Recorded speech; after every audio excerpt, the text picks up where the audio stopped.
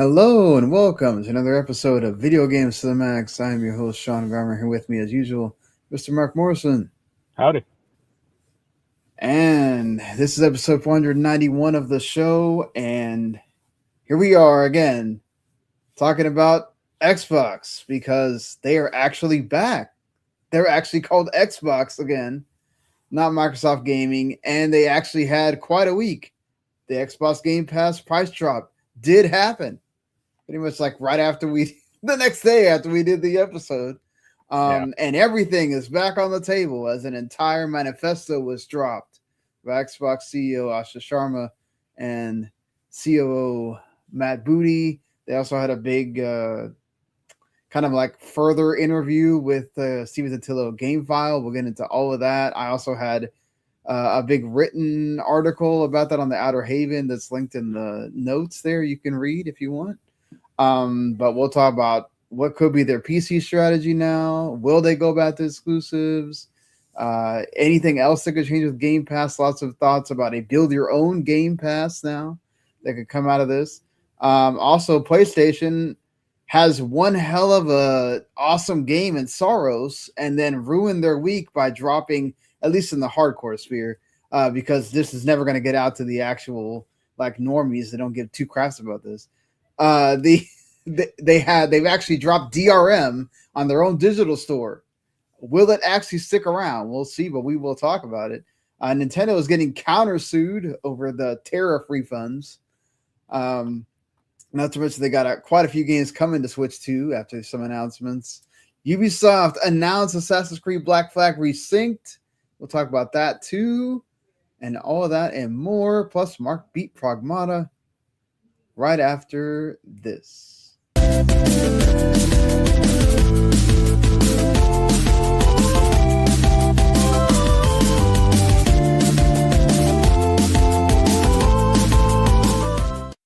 You are listening to Video Games to the Max. All right, well, let's go ahead really quickly here and get to, because we got a lot to talk about. The housekeeping. If this is your first time listening to us or you listen to us for years now, we appreciate you either way. It all counts, and y'all are all awesome. We do have other shows that appear on the network, and that's W2M Network, by the way, which you can watch us live on YouTube, on Kick, W2 Network, and those places. Or you can just watch us later on demand on the YouTube channel, which is why you should always subscribe, like, follow, all that stuff, because you get to know when we go live. You can watch us live, usually on Mondays around the 10 o'clock time. Or you can just, watch on demand later, or just listen on podcasts, whatever you prefer to do. It all is great, and that's cool. And if you subscribe to the YouTube channel, you also get our other shows that we do here, which you can go check rather that you're broadcasting out there reviewing Apex right now. Or you can just go watch them later, listen to them later, rather than broadcasting. Or you can also, if you enjoy anime, you can check out Otaku Cafe, as they basically review all the seasonal anime every week, what they like, what they didn't like, all that stuff. And then after each season, they do their awards and top 10 anime of the season and all that. So definitely go check them out. And of course, you can check them out on podcasts as well. And also go check out the Outer Haven, because they're cool. I write there. And I was part of the Indie Live. We did a live stream for the Indie Live Expo. I got up at 5 a.m. on Saturday and was there for like about 3 hours. And then I had to start working, so I had to dip out. And Scott, who we've had on the show before, Scott Adams, was a trooper. He did the whole 4-hour thing. Definitely more of a Scott thing, a lot more Japanese games that are like visual novels and more of I guess Neptunia style Japanese games, and then just some weird games. The only game that I knew of after watching the entire thing was Motor Slice. That I'm kind of looking forward to, an indie game that's kind of like very near inspired. You'd probably like it, Mark. But yeah, that's been my week, aside from just working and that stuff. Anything going on with you before we get started here? Nope, just playing like a few games here and there, and that's about it. Yeah, so both Mark and I are playing games we can't talk about. We can't talk about like actually go in depth on them. I can tell you that I'm reviewing an indie called Soul Quest, and I did end up getting the review code for Dead is Disco that I said I was going to. Just got that today. The embargo is next week, but we can't talk about anything that is involving anything past the demo that I talked about before. Right. So, and you said you're reviewing, what was it? No, I did beta work for Forbidden Solitaire. Okay, yeah. So you'll talk about that in a little bit, or next week, you said. Yep. And It's going on in like 2 then days. So you did get to play an hour of the Diablo 4 Lord of Hatred expansion. Anything before the servers special there? They added fishing, which is kind of funny. Hey, fishing. Why not?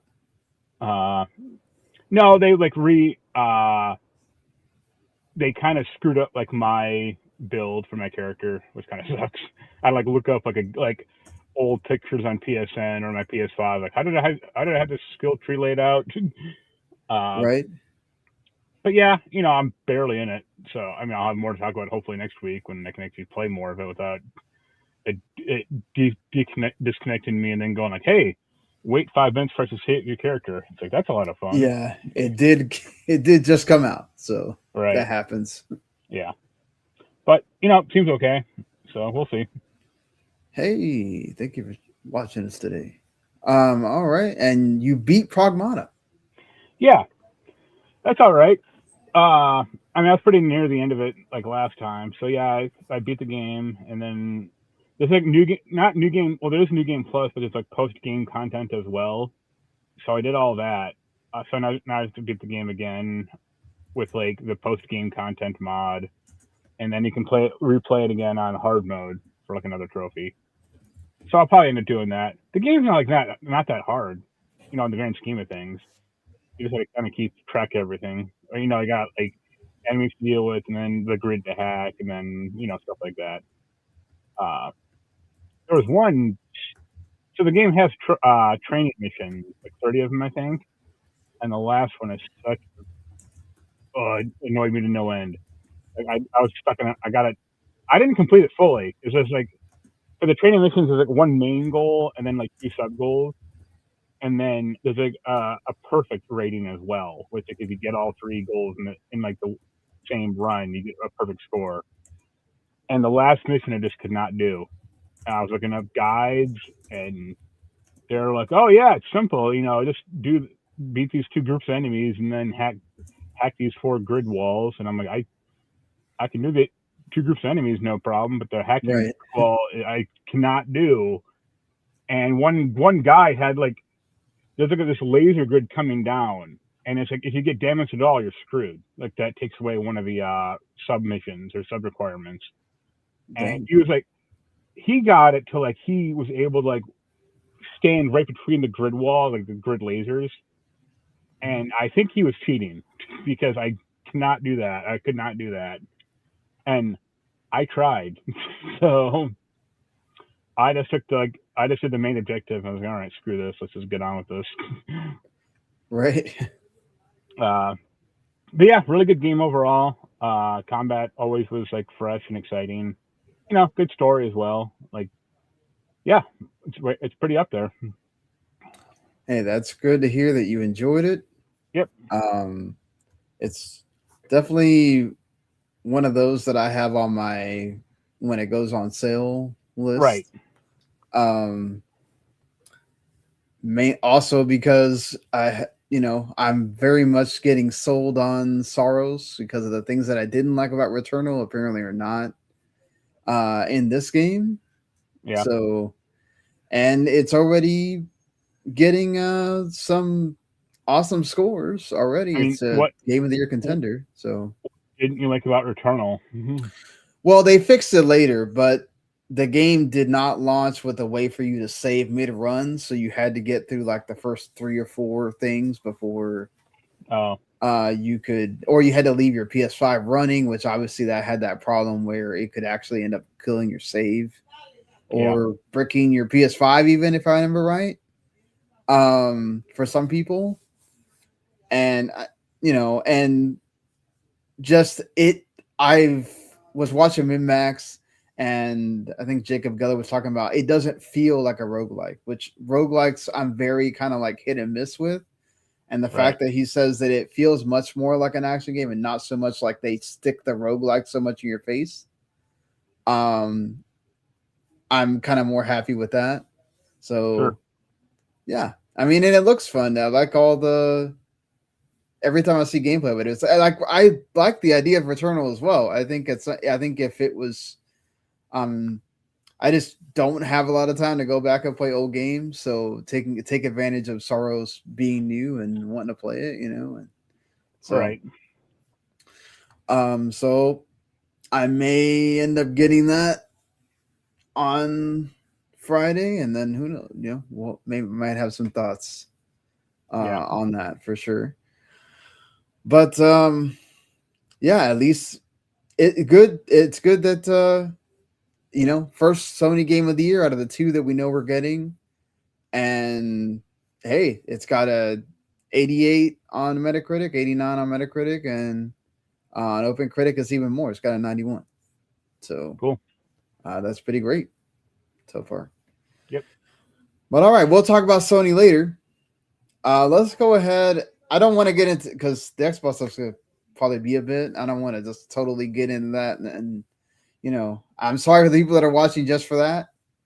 But let's go ahead and talk about a game we both enjoy, but you're the big Assassin's Creed person. We did finally get that reveal. It was about a 30-minute showcase for Assassin's Creed Resynced. And you had right off the bat, Matt Ryan is returning to voice Edward Kenway. That goes without saying. Right, but I mean, he's there. He was front and center at the beginning, just so anybody that had a thought about, oh, he didn't come back, he did. They did bring up the stuff that you've talked about with the Animus, that they have kind of they've changed that around so that it kind of focuses more on his journey within Black Flag and not so much in tying 3 and 4 together, which they've actually removed the mention of 4 from the title. It is just called Assassin's Creed Black Flag Resynced. It is officially coming out July 9th, 2026. So I guess mark your calendars if you're excited for that. I am. I know you probably are. I'm a little more iffy on it, let's say. It's not going to be an RPG, even though we've talked about this already. There's going to be a new weather system. They did revamp the gameplay, so it's more action oriented, but it's not a total didn't go the way of Valhalla or whatever. But that's the crazy thing, because it's that game was already an action game. You can gut dozens of guys up with no problem in Black Flag. It's the later ones where it's much more of an actual challenge. Right. The thing that I'm happy about is the stuff they did with the tailing missions, where you don't automatically get desynced from. Yeah, you don't have the stupid ring, or you don't have to eavesdrop. Yeah, because that was so annoying. Having to redo missions because you ended up getting into fights or whatever, and it's just I'm glad that they realized that's a problem. Again, though, I mean, I just look at it as them dumbing down Assassin's Creed. That's another one of those core franchise staples that love it or hate it, it's always been there, mostly always been there.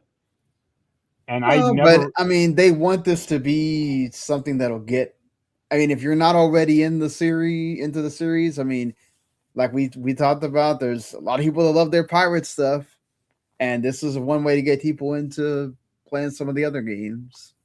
Well, I ended up playing one game, and that's it, because I don't go past. I mean, unless they're going to do Assassin's Creed Rogue Resync later on, which would be kind of funny. That would be weird if they did that. Yeah. I don't know. I may get this, but it'll probably be down the line, or I'm gonna go get it when it's brand new or anything. Yeah. The the like ship thing was interesting. That you can have like named crew members on it now, and it's not you can just like there's like 3 of them and that's it. And it's like that's not okay, I guess. But that's not like a ton. Like, Right. But we'll see what they do with the story. I mean, I thought it was funny that they're like, oh, it doesn't have the DLC and the multiplayer included, and I was like, well, the DLC is kind of a bad thing. But then I was like, wait, Assassin's Creed 4 had multiplayer? I'm like, I didn't remember that. They did. Yeah. I assume it was like ship combat stuff and not like anything worthwhile. You do get to name your boat in this one? Or your ship, I'm going to name it the Jackdaw because that's the name of the goddamn boat. Also, there's rumors going around that they may remake Assassin's Creed 1. See, like, that's a game that could use it, kind of, because, like, the systems in that game were, like, really obtuse. Oh, yeah, for sure. And I kind of got on board of Assassin's Creed 2, like, back in the day, and I tried to play one, like, once, and I'm like, this is terrible. Like... Yeah, I think almost anybody just absolutely just skips 1 completely and goes right to 2. Yeah. I thought, like, I thought the world in the Resync looked pretty good, but I thought the characters looked pretty kind of shaky. Why? Or like artistically, like they don't look like they look kind of janky in spots. And it's funny to see like Edward running around like at the start of the game with like 9 different pistols on his chest, and I'm like, you get this like later on in this game, not at the start. Like he doesn't start off like this. He doesn't start off walking around. They have to get you excited about. He doesn't start off looking like the Terminator. That's true. But it's nice to see, like, aside from Matt Ryan, that all the other, or most of the voice cast is back. But yeah, I was going to ask about that. How is are the rest of the voice cast there? The one guy I recognized was Ralph Ineson. Yeah, of course. I don't think you would like know him by face, but he's in a bunch of shit. So yeah, he was in Final Fantasy 16. Yeah, and Game of Thrones and Sid. Diablo 4 and yeah, etc. No, I'm just saying if anybody just in from gaming, he played Sid. So right, everybody loves Sid. Yeah, but the big question mark still is like, what do they do about the present day stuff? Like, how optional is it? Or is it just going to be like, watch this video of kind of what happened, and then that's it? Because, like, the way they've been doing the present day stuff in the past few games has been real shoddy, to say the least. Yeah, you're not wrong there. You've have said that, and I'm totally with you on there. And the collector's edition being $200, it's like, that's a lot for not exactly a thrilling package. So what's in it? Because the big thing was like a statue of Edward on like a throne, like a pirate throne. You get like his belt buckle. You get like a journal, like Edward's journal in like actual book form. You get a steel book, and that's about it. And you get like a paper map. And it's like, okay, like that's not a ton. Yeah. I mean, that statue better be worth something, I guess, or better be hefty. For the amount that they're charging for it, definitely. Right. Yeah, I was like, that's like $200, so it's like, eesh. Right. It's a lot. Yeah. I thought at first they weren't going to do it because of like what happened last time with Shadows, but I guess good to see that they are, they have confidence in this for sure. All right. Anything else you want to say about the game? No.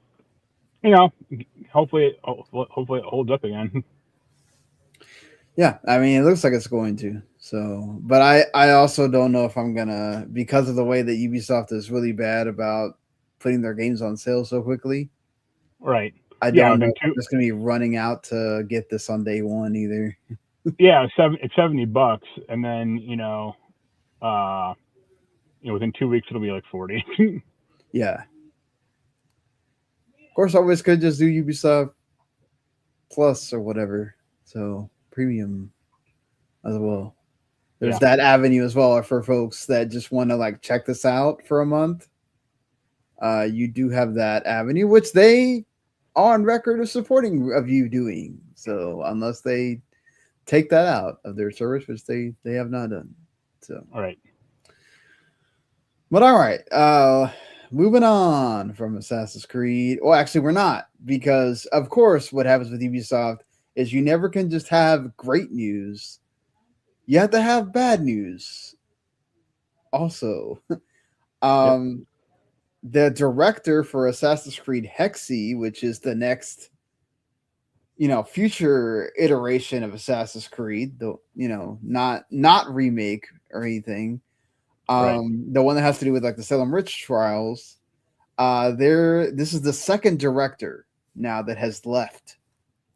Benoit Richter has now left to work at his own indie studio.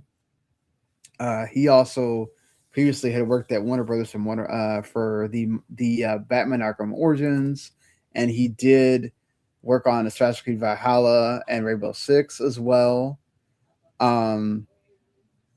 He's doing his own thing now.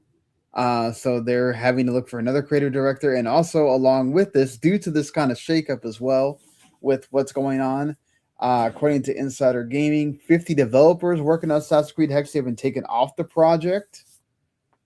And they're now in kind of like a inner project team while they figure out where they're going to go within Ubisoft. And they have 3 months to figure out what game they're going to be working on now.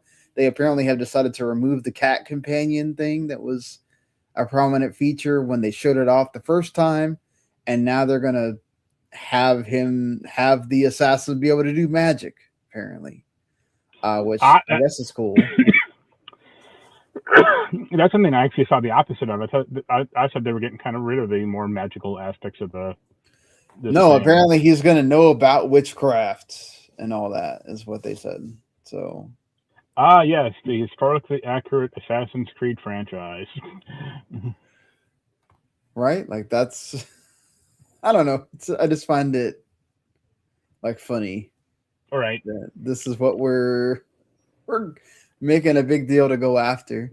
But if they feel like it makes it a better game, then...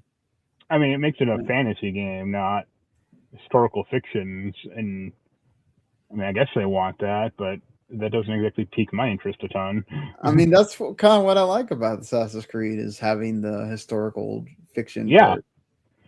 I mean, that's why I think that's why like the past few haven't done particularly well. It's because they've gone more and more into like this fantasy realm.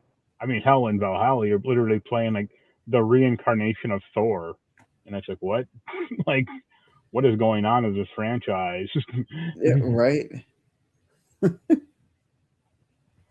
It is definitely interesting what they've decided to do with that. It's like, I mean, people liked Shadows, no doubt, other than, was it Yasuke? Yeah, the racist. So, but even that wasn't like historically accurate, or it's not like. Well, it was technically there was a right. It was based off of a historical thing. I could rephrase, I guess. It's like, okay, it's historically accurate to an extent, but it's not like a history that like most people care about or know. Yes, that's true. And I mean, the next one they should just do like Assassin's Creed Vietnam or something like that. That'd be real funny. Well, they had that Civil War one that they dropped. Right. So, we'll see if they were possibly ever think of doing something that like politically challenging again. Yeah. So. But we'll see. Look, this thing's not coming out until 2027 at the earliest. Now it's holiday 2027, so still got plenty of time on that. And we'll get to enjoy Resynced before then. So Black Flag Resynced. So at least we'll have that to play. Speaking of announcements, Valve just basically kind of like out of nowhere dropped that the Steam machine controller or Steam controller, and then randomly we started seeing reviews pop up all of a sudden today. It's like, okay, just out of nowhere. Apparently 11am was when the embargo lifted. So yeah, so it is going to retail for $99. It will be sold away from the Steam machines. You can buy it separately, so you can, I guess, use it on your PC. Right. It looks like it's not going to be bundled, may not be bundled in with the machine. Well, they do have a bundle with it, but it's like an add-on. It's not. It doesn't. Yeah, so it's not going to be like when you get a console and it comes with one controller. It is something you have to buy separate. Well, also because you can use your own controllers. Most people have some kind of Xbox or PS5 or something. Right, exactly. You know, at this point, or I have one of those, like the USB Xbox controllers. Okay. So, that has a cord, so I don't have to worry about like making sure it has battery and all that other stuff. I have enough with the actual Xbox controllers and having to run out of battery and all that. So it's like, I'm better to have this thing. I actually just have my original third-party one somewhere. I can't find it. My original white one. Use a corded controller or use like a. I use my PS5 one. I just plug it in when I need to use it though, which I don't need to use it a ton. Like the only game I really use it with is Assassin's Creed 5 or Shadows. Sorry. Oh, okay. But yeah, I think the controller is bad.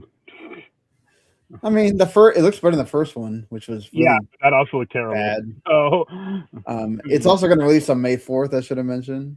So next week, it'll be out there, or week and a half. So yeah, you can buy it pretty soon. Yep. And they do have it in other countries, Europe, UK, Australia. Europe, it's the same price. Canada is 149 CAD. UK is 85 pounds. You can do your own. It's even going to be in Poland. So, I've seen a lot. I've seen people have really good thoughts on it though in the reviews. It feels like so. If you like the first one, I think you're going to like this one. I just watched the Gamers Nexus one, and they said very little lag and super long battery, and it's pretty repairable, but I still don't think it looks comfortable. So that's a sticking point for me. I think I saw Andy from Kind of Funny said it's actually one of the most comfortable controllers. So it's weird. It's like it's one of those things where it's like it's not a consensus kind of thing. It seems like a lot of people really, really like it. Some people are kind of like, okay, there's some issues, and right. But hey, that's cool. You'll be able to test it out yourself soon enough. So at least it's not like one of those where, and I like I think it's Valve made the joke themselves of the controller doesn't have RAM, so we can release it now. Right. We'll talk about apparently another PC component is going to go up in price pretty soon, which is not great. But all right, before we get to the Xbox big hullabaloo stuff, a few more like game-ish focused things. Vampire Christopher Dring had Mateus Sapio from Poncle. They're the developers of Vampire Survivors. And he said that they have like 15 other projects. Does not mean 15 other games, because it also means like they're working on DLC for, Vampire Survivors, Vampire, oh my God, what is this called? Vampire Crawlers, and some other games that are new, but they're keeping it to like 5, 10, 15 teams, people teams. So it's not like they just have this. They don't want to have a huge studio of like 200 people. They just would prefer to have these smaller studios that are kind of more spread out around the globe. So that's good. You know, don't know if it's all going to work out, but he did say they're going to keep publishing, but the one game that they published, they kind of found out that Berserker Die, that they weren't able to give it like their full attention and help them in the way that they wanted. So they're kind of put a pin in publishing for a while, but they do want to get back to that supposedly. So right, but that's cool. That's cool for Poncle that they've got things going. And hey, Vampire Crawlers, it's $10. It's also on Game Pass. And it seems like another winner for them. So yeah, just as addicting is what I've seen a lot of people say. So be careful. If you got easily addicted to Vampire Survivors, you may want to steer clear of Vampire Crawlers there. You forget what day it is. Right. Blood of the Dawnwalker is going to get its own showcase, about 45 minutes on Tuesday or today, whenever you're listening to this. They're going to review a lot about the game, pretty much, gameplay, system requirements, story trailers, all that stuff. So you've been if you've been looking forward to more on Blood of the Dawnwalker, which this is the one that's you're a vampire and you have to like go hunting at night, but then you're also like doing kind of like survival aspects during the day, and exploring the land and that kind of thing. So figuring out things that are going on in the world around you. So, and this is of course with some former like Witcher devs. So if you're excited about this at all, you'll get a whole lot of it pretty soon here. And also something I'm excited about, Mina the Hollower has gone gold. So we know I for saw sure that. Yeah, I thought of you. It is happening. So I remember that game's like been in development hell for years, or it had a bunch 6 of issues. years at this point. They really needed to sell. I think they said at least 200,000 copies so that they can break even. I wonder if the delay makes it to where they have to sell more now. But I think they're going to. I mean, it looks like that game is going to be great, and I'm excited for it. We'll see when we get the release date. There's a lot of Randy was saying that maybe they're gonna shadow drop it, but we'll see if that happens or not. And also I mentioned that there's going to be another PC component that is going to go up in price, as today Intel, who of course they make CPUs, said that due to the AI data centers going from training to inference, they will now need more CPUs and more CPU power in order to go to the next phase in the data centers. So expect CPUs to go up in price. They've already risen 5 to 10% over this same period where we've seen GPUs and RAM go up in price, but expect it to be another 8 to 10% in the second half of 2026. I'm just happy with my decision of buying a new laptop because all I keep hearing is this. As I just made like the 4th payment on it today, I was just like, I'm very happy that I bought this laptop now, because who knows how much you're going to pay for, laptops or PCs going forward with all of this. I know there's been a dip in RAM prices for a little bit, but that's going to go back up again. And it's unfortunate. It sucks because PC gaming has been on the rise and all that. You've been wanting more people to get into PC game, whether it's with laptops or PCs. And for a while, we did have you could buy those pre-built ones from like CyberPower or Micro Center, all these other places for a relatively inexpensive price, and as with everything, and this is going to be another thing that affects the next generation of consoles, and also this generation of consoles as well, as we've already seen with all the price increases. But what do you think? Are you I mean, I bought my laptop like 2 years ago, and I still feel pretty good about that. Yeah. definitely on that. I mean, you weren't doing it because this stuff was happening. Yours is more of you needed to at that an point. upgrade. Yeah, it was getting really bad. So yeah, I mean, mine's not Has old yours either. finally stopped having issues, or No, still does. oh, Yeah, that's cool. Like I got it repaired twice, and it came back busted both times. And the second time, I was like, fuck it.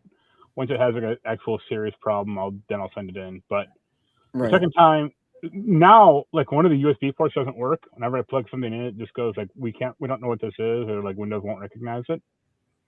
And so that's annoying. lovely. But the main issue is there's some like weird RAM problem with it, where like Google Chrome will crash when it's not doing anything. Sometimes it'll just like shut off completely. Other times, like just the page or like the tab will like crash out randomly. Yeah. I've had games do that occasionally. And like MemTest says it's fine, but I know there's something wrong with it somewhere. I think with that service they have, I have to ship it off somewhere, and they repair it, quote unquote. Right. I think they just have a stock of these things in service, or like in a factory somewhere or warehouse, and they just ship me out a new one. But the new one, if it's still broken, or they repaired it and then they qualify it as new or refurbished or whatever. Yeah, you gotta love how they do that. And then because the second time I got it back, also they wiped my hard drive, which was neat. And I'm like, oh yeah, you told me about them. They I installed didn't like Windows specify 10 that. and Yeah, or Windows 11, and you didn't. yeah, they installed Windows 11 both times. And the first time I was able to get rid of it, but the second time they just wiped my hard drive completely. And I'm like, I had stuff on there that would have been nice to keep. Like, right? Thank God. I put in my own SSD as well, like another drive. Thank God I took that out before I sent it in, because it has most of my stuff on it. So you have to love that. Yeah. No respect for your stuff. Right.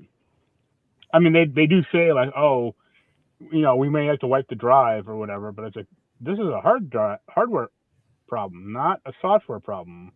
Why are you wiping my drive for a busted fan that you guys put in the first place? Right. It's like no one. Yeah, I didn't ask for this. Right. You'd think that they would like call you or drop you an email or something. That takes an extra minute, so they can't afford that. Like, damn, that's how far customer service has gone now. We just don't even bother. Yeah. With that, okay. Yeah, it's easier to just give you a new one, or like a quote unquote new one, and then that's it. Right. But okay. Let's get into the well, we can do it afterwards, I guess. Let's get into the actual big topic of the show. Xbox Game Pass Ultimate has dropped in price from $29.99 to $22.99. So from $30 to $23. Yep. Call of Duty will no longer release day one on the service. It will instead release a year later.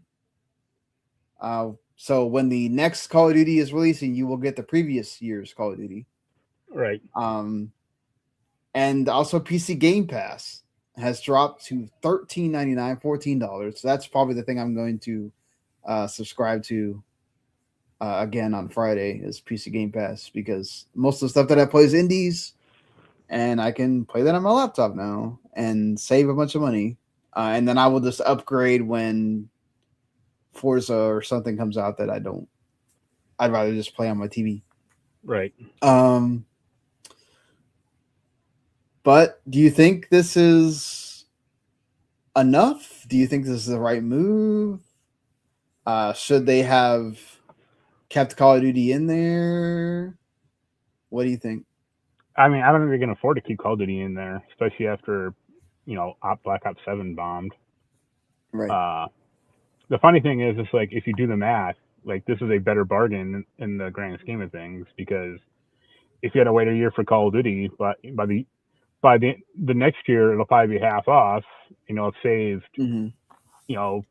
$85 or whatever 7 times 12 is, and then you can just buy it at a GameStop or whatever. But yeah, no, I definitely think that like I wrote a big article. It's about, I want to say 2,500 words, so I know that's probably TLDR for a lot of people.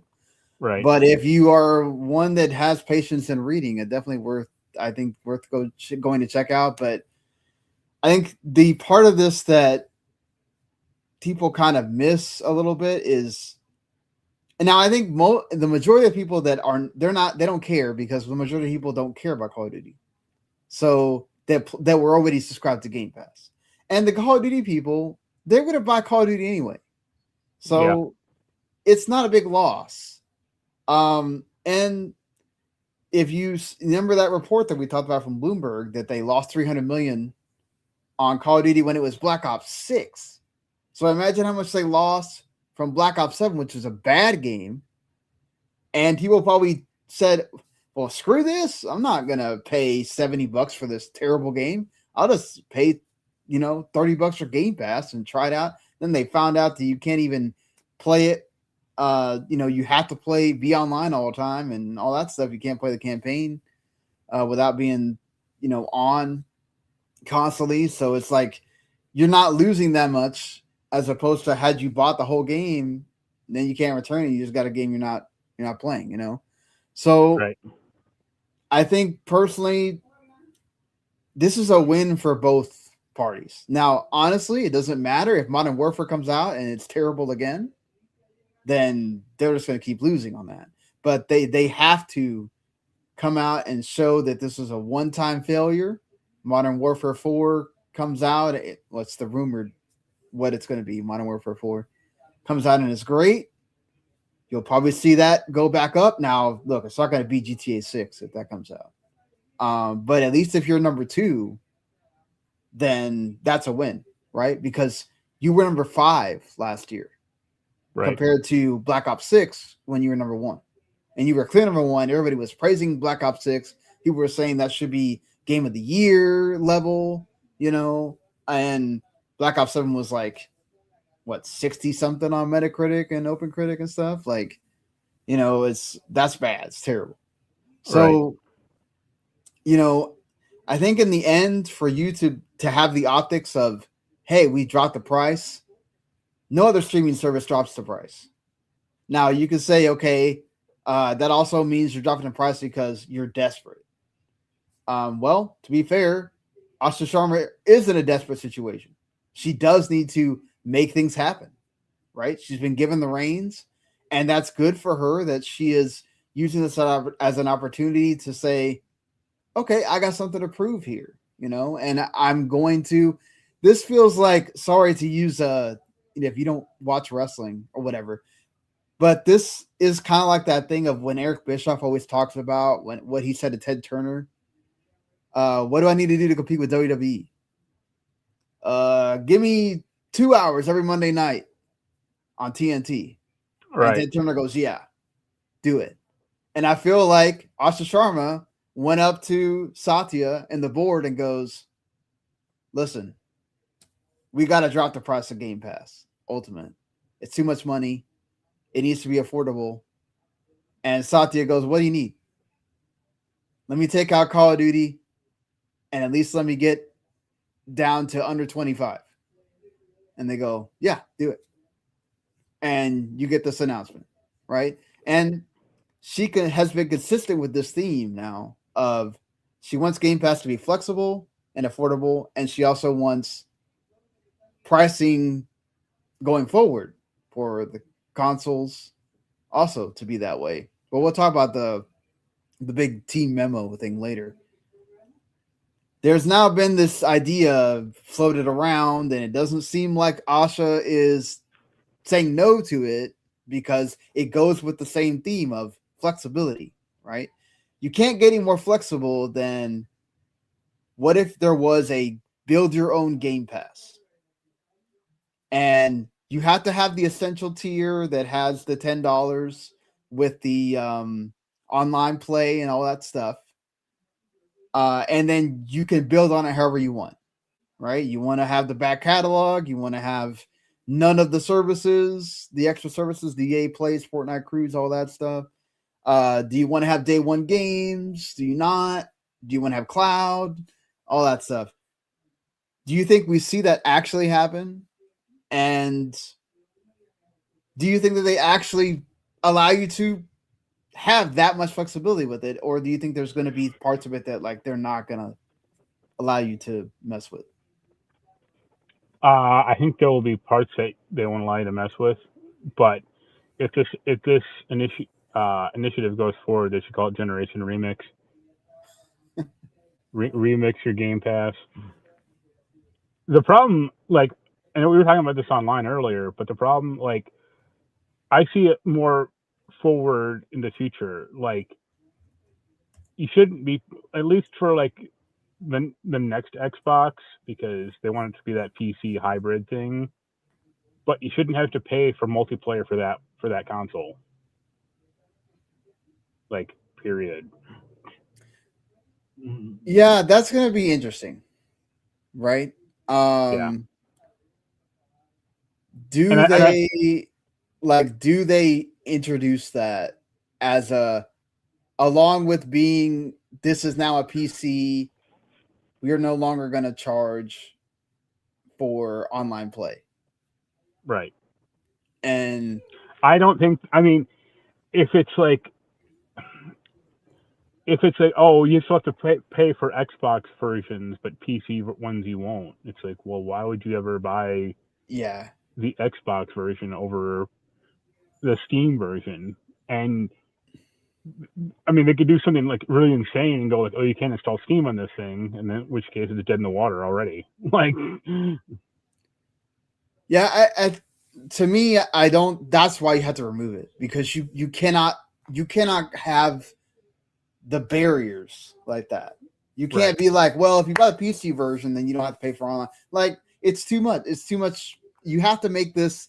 The whole point of this is, again, you're trying to make this a clear thing, a flexible thing, something that's going to be very easy for people to understand. You make complications like that to it, it doesn't help you. And if that's something that, as has been proven many times, you create friction to something. That's something that is already a barrier entry to people that do not understand the ecosystem. And you're trying to explain to people that this is a PC and a console. And you tell people, oh, depending on what version you buy, you might have to pay more on top of whatever you just paid to be able to play that with your friends. Like, nah, man. They're just going to take the damn thing back and buy a PlayStation 6. It's like, you can't do anything. Like, to me, that is going to be one of the first things I think they have to announce with. Once you get to when you reveal the specs and you reveal all the stuff and you say that this is essentially has an Xbox mode on top of a PC, they're going to have to announce that we are no longer charging for online play. That being said, there is also a Discord partnership with Discord Nitro that if you subscribe to Discord Nitro, now this has not been officially announced by Xbox. This is a leak through a Discord leaker or whatever, and then also Tom Warren of The Verge reported on it as well. That like it's something that they're going to introduce. If you subscribe to Discord Nitro, you'll be able to do an add-on with Game Pass, so you get 50 games, no online multiplayer, and you also get some kind of limited time with cloud. So it's called Xbox Game Pass Starter Edition. It also could be an easy way to introduce this with other bundles, like the whole rumored bundle with Netflix that's been talked about a few times now. And if they do that with something else, like other things, oh, hey, you can have your own Xbox Game Pass Starter Edition and bundle it with this, bundle it with that. I think that's a good idea. Obviously that's a hang up that you're going to have now, right? Is what do you do with the online multiplayer aspect? Because you're including Fallout 76 and some of these other online multiplayer only games in there. What if they don't have online multiplayer? Do they then have to buy the essential tier on top of that in order to be able to play that with their friends, or are you excluding them from that because they have the starter edition. Like that's something that they'd also have to go further expound upon as well. I'm in the belief that this whole build your own Game Pass is going to happen, because I think that's how you get the most out of Game Pass for people. Because I think there's a lot of people that see all this stuff that's in Game Pass and they go, I don't want that.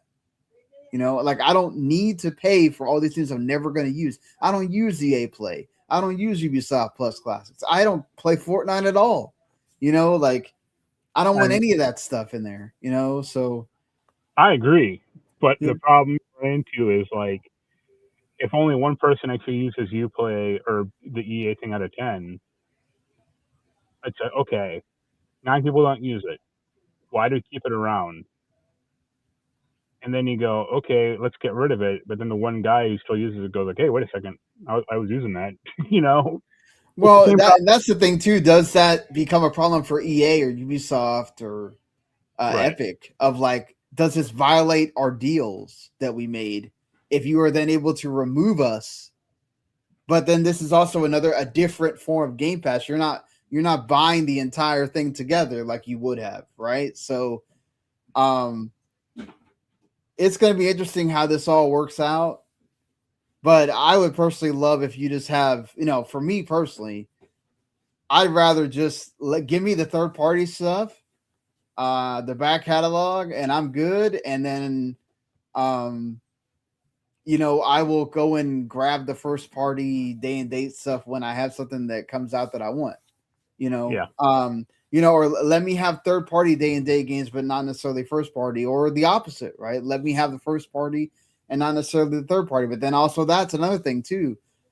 Do your indies and all these people that made these deals with you get upset that then their visibility is cut because all these people have the option of not even including that in their version of Game Pass? So there's a lot of logistics that have to be worked out with that for that to work. But I do think that in all of this, if you're going to say that you need flexibility, you have to bring the family plan. The family plan has to be something. That is ultimate flexibility. I understand that this is a bigger deal with Xbox, right? You have third-party publishers and developers that are now going to be upset if we start seeing people, and you know they're going to do it because people can't help themselves. They're going to post about how they're not paying for the family plan. And they have a family plan with somebody that lives clear across the other side of the country or in another country entirely or whatever, and they don't pay. And then you find out that all these people are abusing it, right? Which is probably the biggest hang up of why that has not happened, right? Is people have figured out ways around abusing it. Right. So, and Nintendo doesn't have any of these problems because all the stuff that's in Switch Online is old ass retro games and first party DLC, which they don't really lose that much on. If say one member of your family isn't paying jack because they've already got this at a low price anyway. You can get the family plan for like what, $40 or something like that for a whole year, which is not even it's like 2 months of Game Pass Ultimate. So yeah, like it's peanuts for them, right? But they do have a lot of people with the family plan because the Switch is built to be made for families, and Game Pass is the same way. Like, and I asked me the other day, it's like, oh, why can't I play Minecraft anymore? And I said, well, because I don't have Game Pass right now.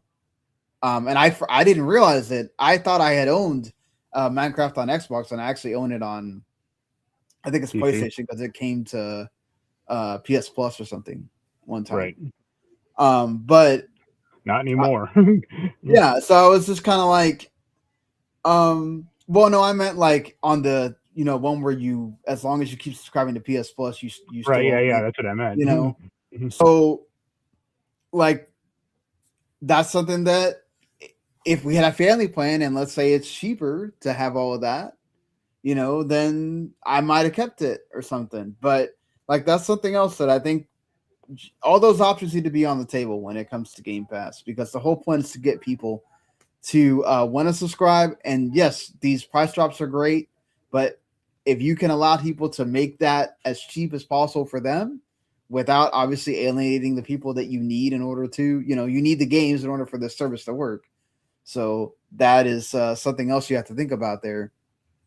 And also on that front, talking about flexibility, talking about affordability, talking about all these things, a day or two later, Asha Sharma dropped a memo, a big long memo called "We Are Xbox."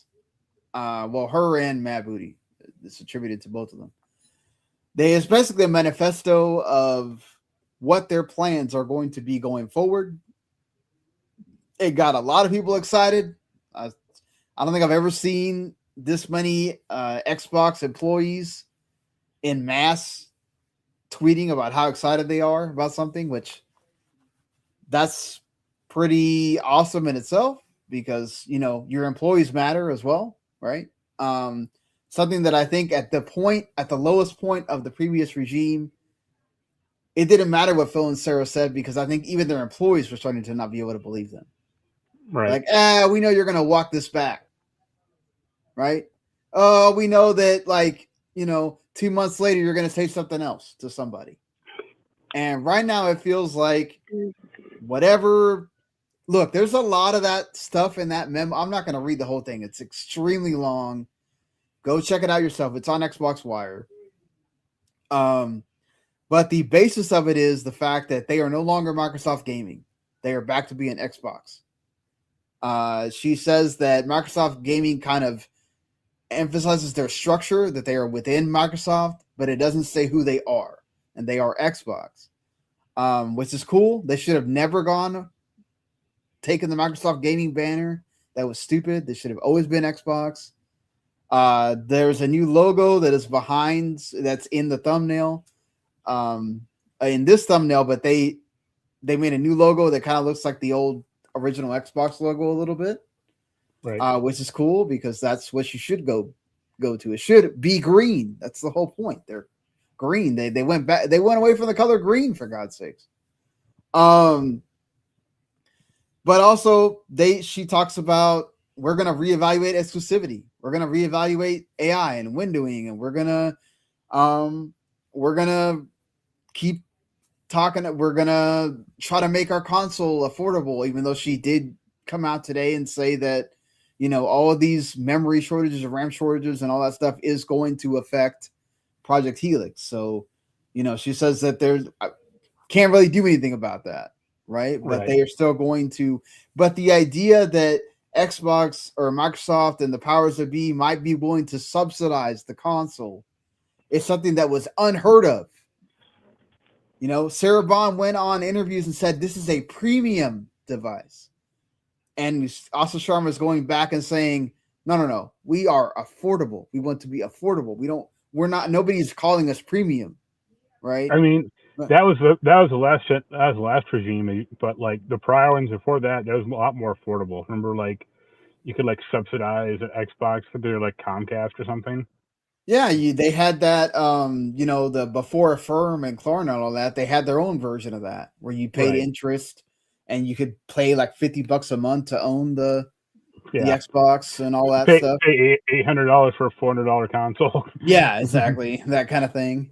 But she even responded to Jez Corden about, he was talking about the mobile store is dead. And she said, listen, I'm learning about mobile right now.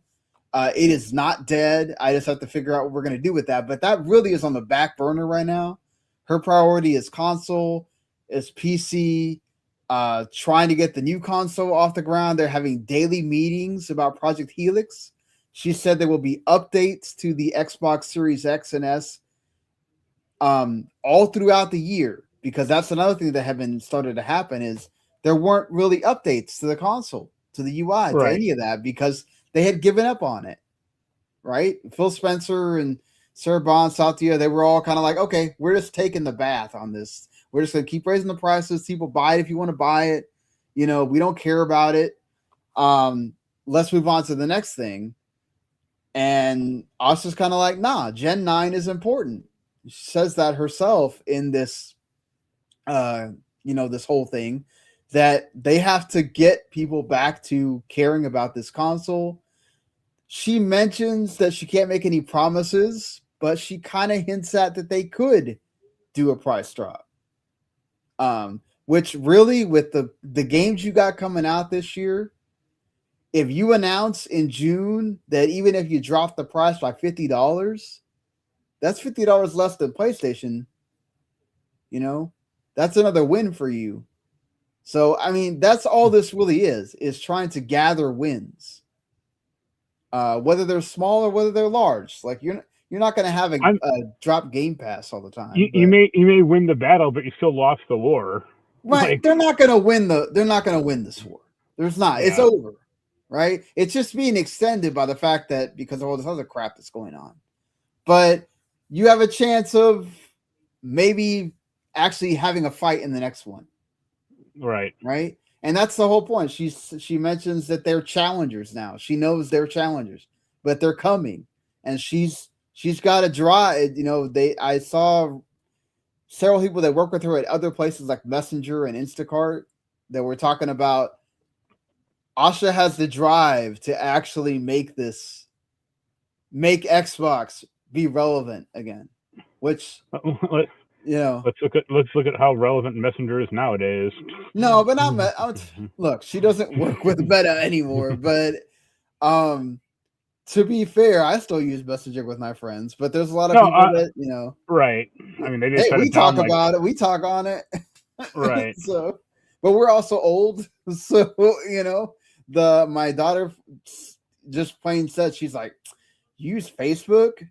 Like, right. There's Instagram. You could talk on that. I was like, there's Discord. I was like, I talked on Discord to the Outer Haven folks and other people and stuff. But, I don't just go around using Discord all the time. But look, this thing's huge. Go read it, whatever. But it really does feel like they're kind of getting back to what she said, right? At the beginning of like, we want to get back to this like rebellious nature of Xbox. We want to care about our like hardcore base. They're looking at daily active users now instead of the monthly active users, and they want to see what people are doing every day on the system. Quick, someone call up Elijah Wood and get MTV on the phone. Right. This is all good right now. It's all nice. The words are nice. Sure. But let's see what happens. What big things are you going to announce in June? Do you think after we saw, because we speculated about this last week, we talked about this last week, it was a topic last week. But after we get this now, where she goes and talks to Stephen Totillo and she says, I'm not going to rush into the exclusives discussion because we got to make the right one, because this is a thing that has decade-long ramifications, whatever it is that we decide. Right. Do you think that look, speculations all over the map about what could they do? Is it a 1-year window? Is it all the way back to, walled garden? Is it back, is it case by case? Like, where do you think they go with the exclusives thing? I think 1 year is more or less okay. But I think the whole idea of the walled garden, at least for this generation, is already gone. Right. I mean, yeah. So I know there's people wishing that, Asha comes out in June and just says, yo, none of these games are coming out on PlayStation now. Like, that's just not going to happen, guys. I kind of wish it would happen, personally. You think it could happen, though? No, I don't think it could happen. I just say I want it to happen. Why? Because I think people should have to make a choice. Okay, fair enough. And if you back the wrong console, like, hey, Sonic never came to like the NES back in the day, or Jack and Daxter never made it to a GameCube. Like, you make a choice and you stick with it. And hey, if you get multiple consoles, you get multiple choices. But I think people like, I just don't cop to the idea that like gaming, like every game should be in every console. No, consoles definitely do have to have exclusives. That's just how it works with consoles.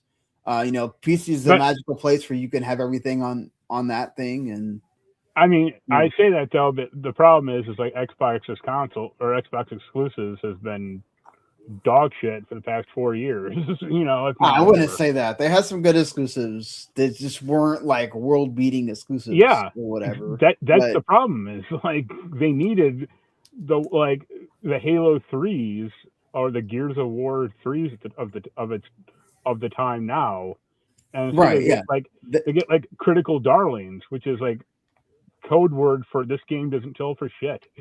Yeah, that's true. I mean, South of Midnight won a Peabody Award. That's awesome, but how many people actually bought it? Yeah, do you think that like moved the needle at all? No, it didn't. I'm just saying it's a cool thing to be able to say. Same thing with Hellblade 2, right? It didn't sell that well, but it won some awards. That's what they wanted those games for, and it is nice to have prestige. I mean, I would ask them like, which is better, having prestige title or having a game that sells? Well, okay, if you ask a lot of people, they'd say I want a Game of the Year title that also sells, right? They want both. They want they want more than just Forza Horizon to be the thing that, oh great, okay, Forza Horizon is a Game of the Year. That's awesome. Most people don't play Forza Horizon, at least the core gamer, right? But I mean, sure, but like think about it, like 15 years ago, when they had the Halos and the Gears and the other stuff going on, like they should have kept going in that direction. Instead, they like really backed off. I mean, you had all the mess with Bungie and all that stuff. I mean, and having to like have 343 basically continue to have Halo exist, but then it's obviously an inferior product for a while, and that's a whole different can of words. But yes, they do need to get to the point where you're able to do both. You're able to deliver the same quality that you get from Nintendo and Sony, and then they also sell or they bring a lot of people into Game Pass or whatever your metric is. Right. And they need to be getting, high 80s, 90s on Metacritic. That's what, and I think Fable is probably the one that might get there. I don't want to say anything bad. I think Gears of 8 is going to be pretty good.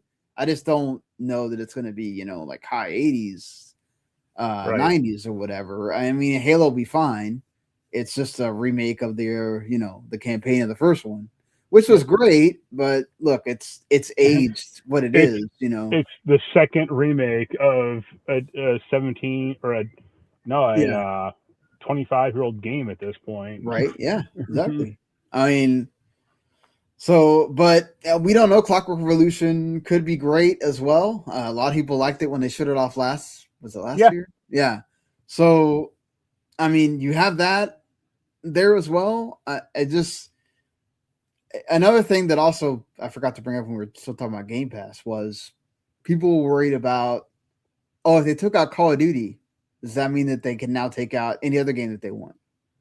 Do you think that they'll get to that point, right? Like, couldn't you make the case that Forza Horizon 6 is too big for the service? Like, shouldn't you take that out now if you're taking out Call of Duty, or is Call of Duty on another level by itself? I think technically it could be, but I could see them going like the core Microsoft franchises will be safe, but like I could see them taking out like the next Elder Scrolls game. Mm-hmm. Because that'll sell, regardless. I brought that up in my article as well, that the only game that they have right now that could be the one where you say this is too big is Elder Scrolls 6. Fallout 5 is way so down the line that who gives a fuck what's going on with that? But they have a title screen and that's it for that game. So. Yeah, like they have to finish Elder Scrolls 6 and actually release it before we're even talking about when the hell is Fallout 5 going to come out.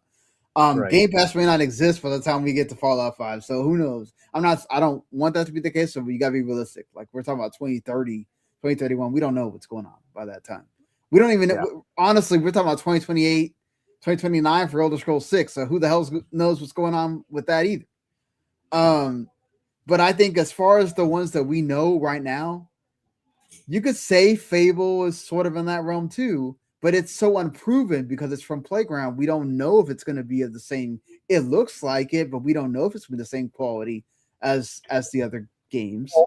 Fable has also been a much more of a up and down franchise, Right. and there hasn't been, a 15-year gap between Forza games unlike Fable. So Right. Yeah. So I feel like Fable needs the Game Pass effect of that. Like you need the most players you could possibly get playing that game, trying out that game, giving it love, all that. Right. So, yeah, if you have 2 solid years of games always going into the service except for Call of Duty, listen, you're saving you're saving like $85 or something like that a year right now. It goes down to $276 a year as opposed to $360. You could still buy a copy of Call of Duty and still save like $14 or something like that. Right. That's what I was saying. Yeah. So like, it's a really good deal now. I still say if you got a decent PC Game Pass is an absolute hell of a deal. $14 a month. It's $1 cheaper than premium, and you get all of the games. Right. Like, dude, that's a steal. Go get it if you're a big my problem again is still that like Replace is still cheaper than getting the 1 month of Game Pass, right? For Ultimate. Like, and there's so much of Ultimate that I don't use at all. So like that's why I was like, I'm just gonna save me the money and get PC Game Pass because it's like I don't really use the cloud anymore. Like, I mean, due to my situation that changed, I don't have a reason to use the cloud. So I'm in my house all the time now.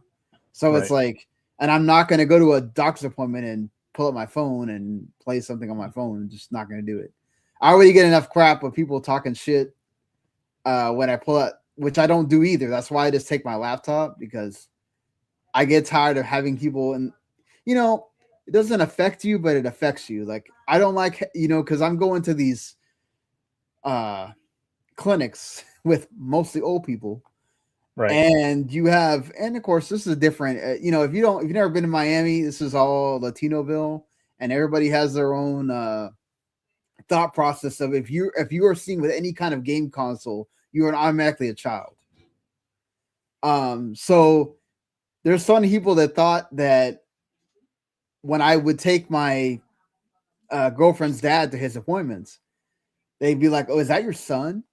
Because I'd be out there with my Switch, and if I could hear people in the background like talking shit, and it got to the point where it's like, you know what? I'm gonna just start taking my laptop and using it as a way to just write while I'm here, write an article or something, and that way I don't have to deal with people talking shit. But it's just like, but anyway, my whole point is I don't really have a reason for cloud. So like, again, it's the whole, like a lot of the stuff that's in Ultimate used to be a benefit for me. It's not. So it's like really pointless. And that's why I feel like the build your own thing is great. But I do see people's point about the slippery slope thing, but I just don't think we really need to worry about it because right now it's not a thing.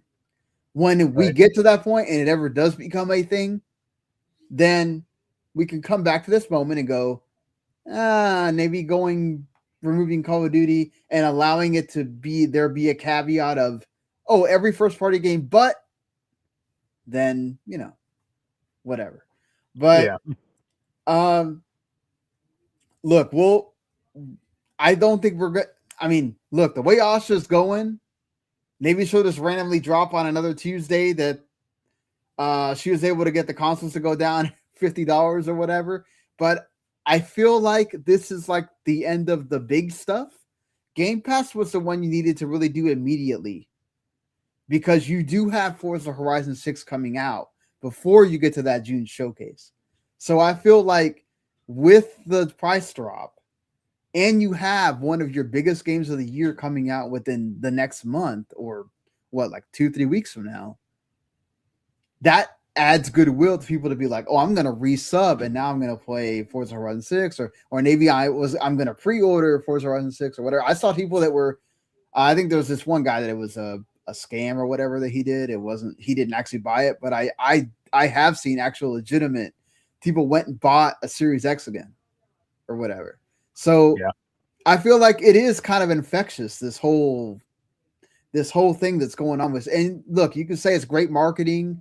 You could be cynical and say that Satya on purpose held stuff back from Phil so he couldn't get wins so we could create this environment. But I do think, to use another sports analogy, I'm sorry, I feel like Phil, and especially Sarah, because nobody had anything good to say about Sarah Bond when she left, right? Phil. Everybody loves Phil, but I feel like the employees, he had gotten to the point where he lost the locker room. If you understand that expression, he would talk and it's like it's falling on deaf ears, right? He'd go and tell Satya something, and it's like, whatever, dude. You know, look how much money you've lost me already with all this crap. And Asha actually, in this interview that she does with Stephen Totillo, she actually talks about how she got the job. She says that she would have to go and talk to Satya because she's part of the AI team, and Satya actually brought up to her, what about you taking the Xbox position? Because, you know, Phil's going to retire and all this. And she wanted to be in an environment where she's in front of people again and doing all the things that she does, interacting with the community. And she is very vocal in the community now, responding to people. She even responded to Sean Layden in LinkedIn because he was talking, you know, his usual thing about Game Pass, where he says it's not sustainable and all that stuff. And she said, "Oh, hey, you know, hey, I'd like to talk to you." Now, I think it's more about I want to know why you're saying this, right? I think she's trying to learn. She's learning from the people that have been there. But I think it also might be a way of like, you really want to talk crap on LinkedIn where all of our other peers are? Let me say something, you know? And you would have never got that from Phil. Phil would have never gone out there and said something like that. So I think that's where you get the person that's not from the gaming industry, doesn't have this whole like, I care about where the history was and all that stuff. Like, she cares about trying to make Xbox better, and that's good in a way as well. It's like, I don't have to be beholden to the things that came before me, and that's positive as well. But moving on from this, finally, there were some other things that happened this week. Let's get into some Nintendo announcements. Final Fantasy 14 is going to come to the Switch too, and they did announce a new expansion called EverCold, and it's coming out in January 2027 for Final Fantasy 14. It will be releasing sometime in August 2026 on Switch 2. You're not going to have to double sub, so you don't have to pay for the Switch 2 version like this. You don't have to pay for the Switch Online, but you do have to pay for the 14 sub. Right. So, which I think is different than the way they've done it before. I'm not sure. Yoshi P mentioned that it was different in the article. After discussion with Nintendo, it was decided that the Switch 2 version of Final Fantasy 14 would require a separate subscription. This was decided after many months of discussion with Nintendo, and I understand that this is different to how we've done things before. And then it was later revealed that you don't have to. Oh, okay. So, Extra Final Fantasy 14 requires a monthly subscription for the Nintendo Switch 2 version. The game will require its own subscription in addition to the default subscription. As a make good for that caveat, players will be able to play the game without an active Switch Online subscription. So normally for things that you have to play online, you also have to have Switch Online like you would with anything else. With this, you don't have to. So I guess you save a little bit of money there. Whatever. Sure. But I'm kind of shocked. I did not expect 14 to be coming to Switch 2. Yeah. Especially it's an online, it's being an online game. Like, yeah, I mean, an MMO really. So. But I'm sure this will get a lot of more people on the Final Fantasy 14 when they were kind of dropping in numbers, and then get everybody hooked up, ready for that next expansion, which will of course drive in people in January 2027. Right. So I'm sure we'll hear more about that. They're also going to have a crossover with Evangelion called Ghost of Desire, and it will also be the Alliance raid for that expansion. So that's cool. Yeah, sorry. Same universe, so that makes sense. Yeah, exactly. Well, I mean, they've done Monster Hunter and other stuff, like even Zelda with that. Or no, that was Monster Hunter with Zelda, but yeah, still, it's cool. Yeah.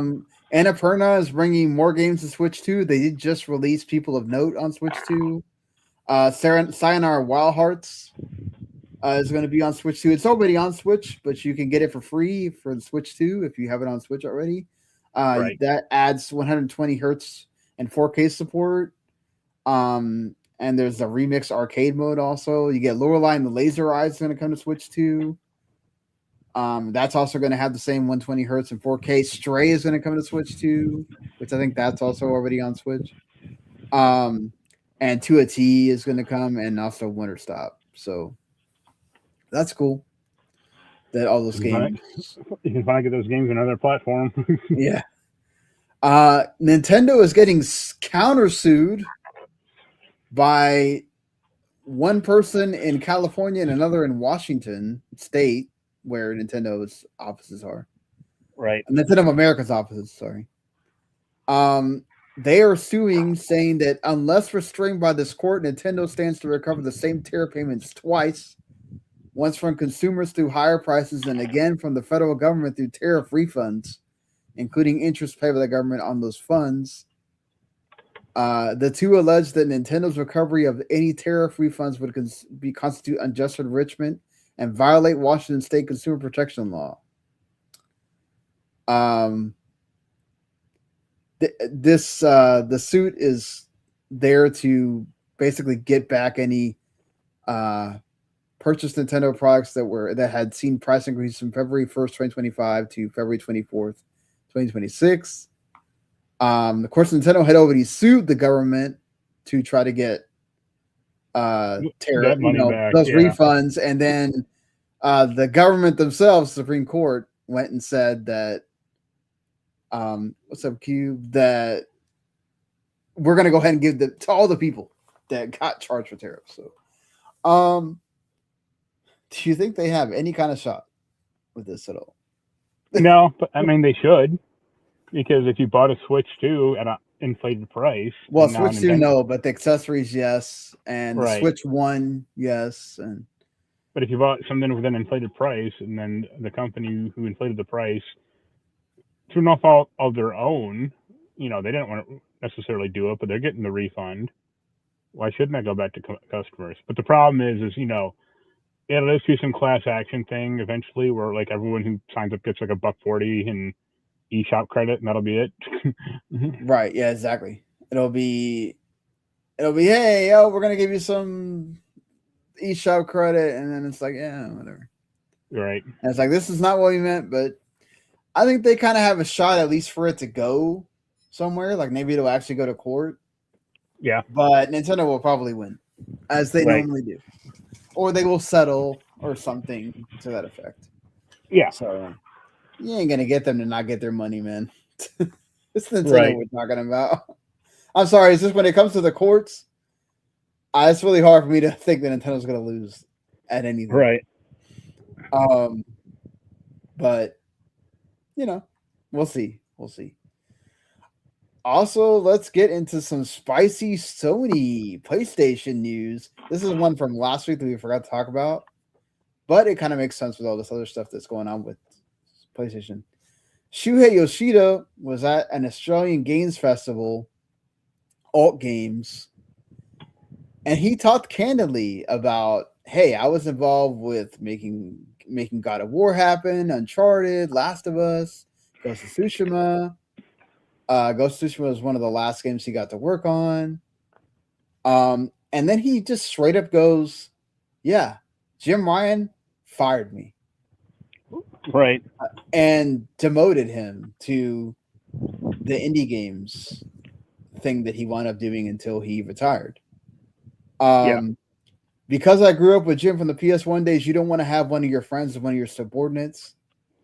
So that's why he accepted the role of promoting and evangelizing indie games for Sony. He does that now as a consultant, but he likes it because now he can be on any podcast that he wants, and he can also see how Xbox and Nintendo do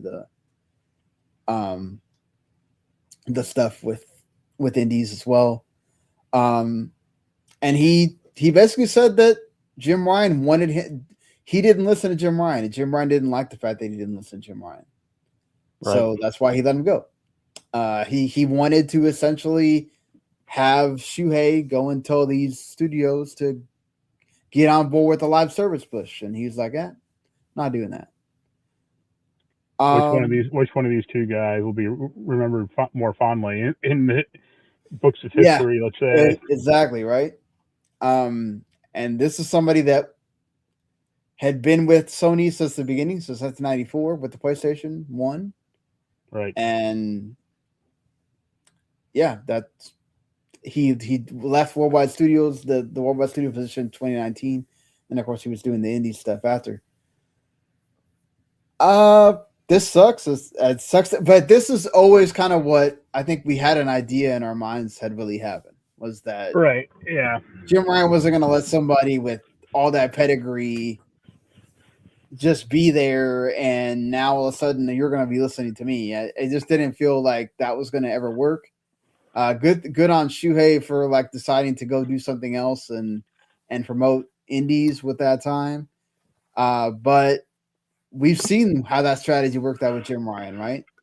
PS5 sold and did wonderfully, but the games that have come out with this initiative of the live service push, been a lot of duds in that time, and a lot of misses. Yeah. So look, they got Helldivers 2. Marathon is doing well as well, but you got a lot of those that failed, and it also caused a lot of backlog with the single player games, which sucks as well. So we'll see. But yeah, I hate to see this, but I feel like we kind of knew this is what happened. Yeah. But speaking of indies, before I get too off the topic, they did have the ID at Xbox showcase on Thursday. Along with that, we talked about the Assassin's Creed one. They showed off some cool stuff. There Are No Ghosts at the Grand keeps looking cool. We got another trailer for that. Aphelion basically comes out tomorrow, but they had another trailer for that. Tears of Metal is going to come to Game Pass, which is great. It's a Devolver joint, or not Devolver. This is a Pop Agenda thing, but it looks cool. Kind of looks like a hack and slash. It's like their own version of Dynasty Warriors, but not it. It's not not Chinese, right? And the animations, it's more kind of like a different animation, which looks cool as well. Echo Generation 2 looks more awesome, and that comes out next month. That got a release date. Are We There Yet? It's coming to Game Pass next month. They showed off more of Escape Academy 2, which was big for Game Pass. Also, when that came out, the first one. Bistro got a trailer, which looks neat. So, and Screenbound, that game that people made fun of because they called it a 5D game, because you're literally playing a 3D platformer, but you're looking at a Game Boy screen or whatever as you do like a 2D platformer on top of it. That's apparently coming to Game Pass as well, which is cool. So, or no, I don't think that it's coming to Game Pass. It's just it got shown off as part of this, but still, it's a cool game. Glad it's coming to consoles as well. So, yeah, that's some pretty neat stuff for like an hour showcase. So, cool. Keep promoting the indies, Xbox. Doing well with that. Second Wind also had a showcase too, but I haven't watched it yet. So we'll talk about it next week. But they had some cool stuff apparently on that. And there was also another one with the wish listed showcase that showed off a lot of PC games. I felt like last week was another week of let's do a bunch of showcases. Going back to Sony here, they've now completed another console price increase, this time in South Korea and the Southeast Asia region. Starting on May 1st, the PS5 Digital Edition, PS5 Standard Edition, PS5 Pro will all increase in that region. The PS5 Digital is going to go up 43%. The regular PS5 Standard model is going up 27%, and the Pro is going up 16%.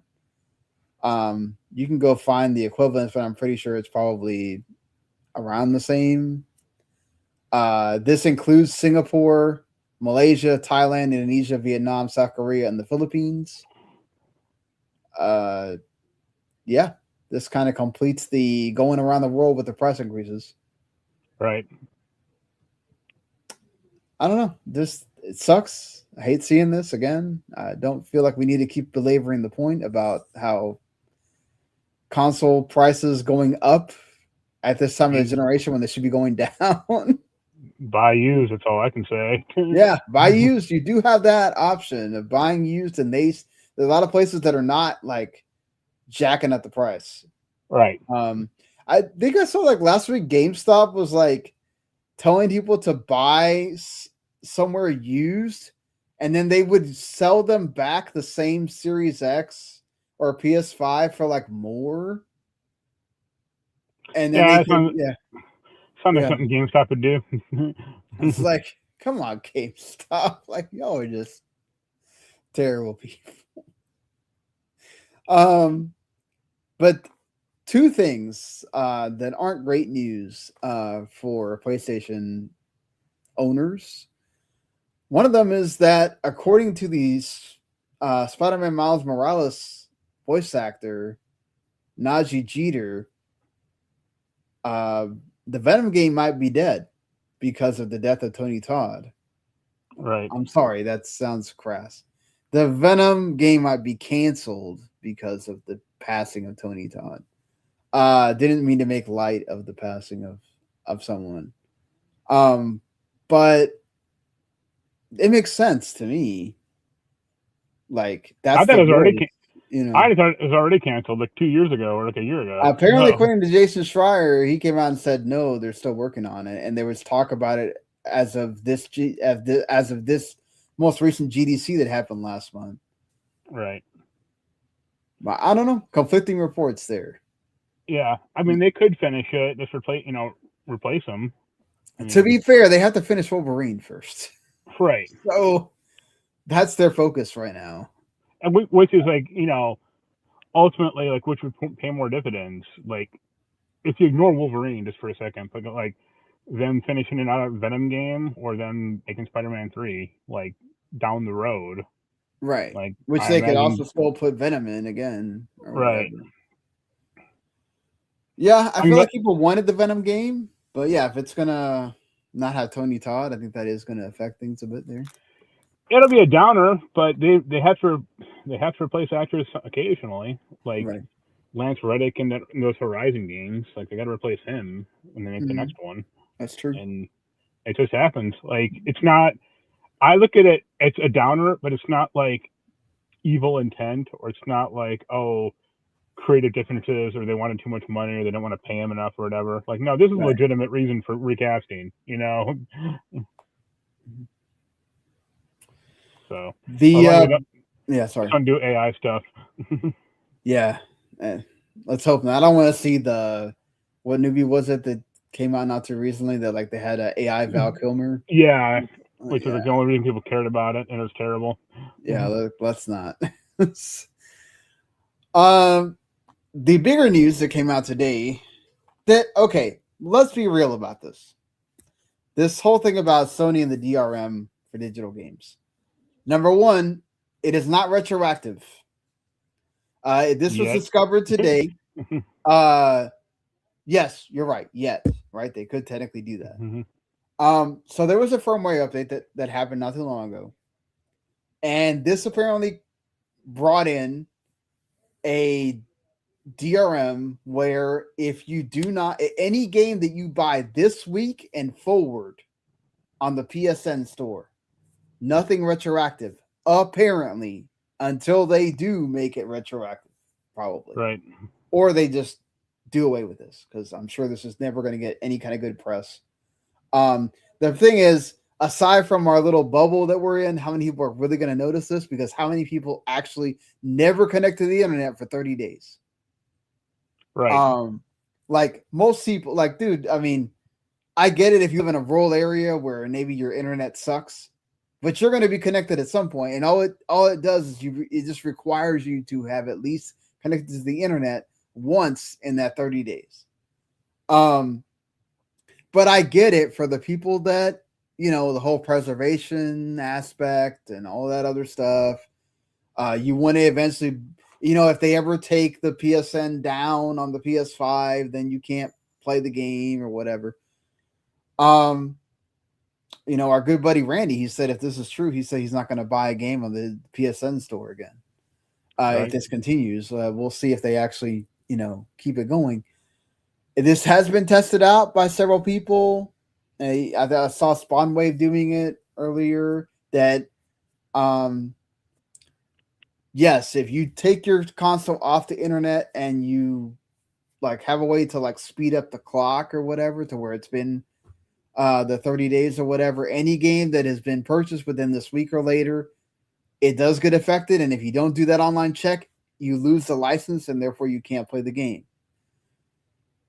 But again, how many people really don't go online to where this is and this even affects you if you make your console the primary console, which was a way to in the past avoid this, right? Where you don't have to worry about the licenses. So as somebody that you know, this is of course being done to people that, especially like in other countries where having cracked PS5s is much more common. But also you have that here as well. People that you know are doing like nefarious things with their console. Right. But also it's meant to also make sure that if, like, let's say like you, for instance, who do game share with Jens, that Jens is checking in once every 30 days to make sure that his account is active and all that stuff, right? So that it can like renew the license again. I mean, I can sign into his account. That's one thing. Well, but yes, but I'm just saying.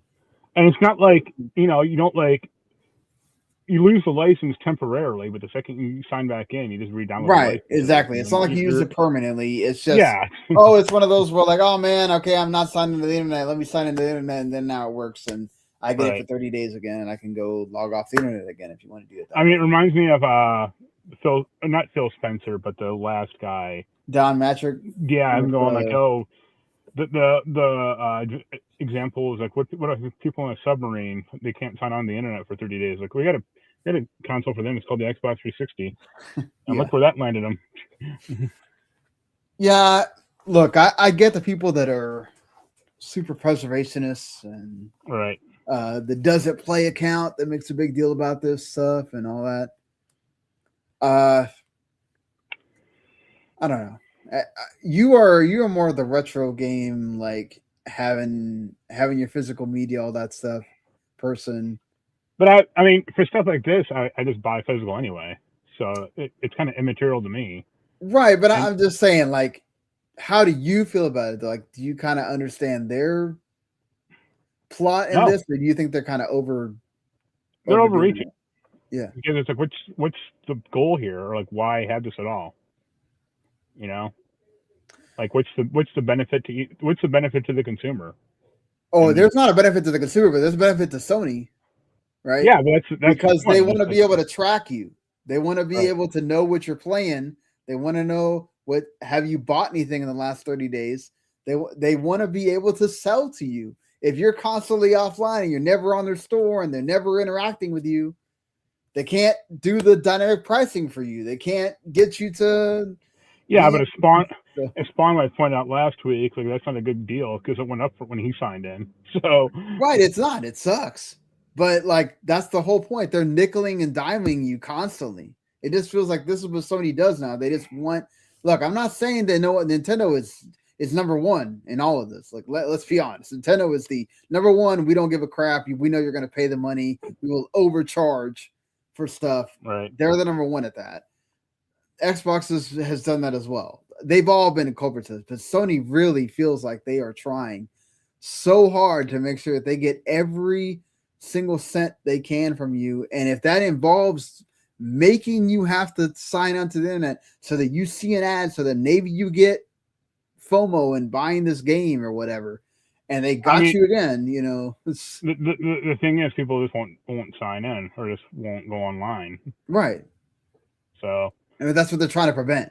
Is they Right. want you to go online. But as you So just pointed out, Randy won't buy games digitally anymore. yeah. So. And that'll lead to a decrease of, like, he's not going to go to a store every month to buy a game. I mean, he'll buy, like, the MLB game every year. Well, That's yeah, probably much about it. but he would buy that physical probably now, Right. or just. I mean, and that's it's just not good. It's just not good optics. I don't really understand. I just laid out why they do it, but it's just like, think about what this is, and I get from the perspective of kind of like the Don Magic thing is like, who doesn't have the internet? You know, who doesn't log in? Like we're just talking about, like, who doesn't log in with their system on the internet? Like, you know, it's I'm a very small, minute number. Yeah, So, but here's the bigger problem is like, I mean, PSN is one thing, but like websites nowadays make you log in for all kinds of shit. mhm. And it's like, I don't want to have to remember 200 different logins for like the IMDb. Like, why should I have to log into the IMDb to like you want to read user reviews?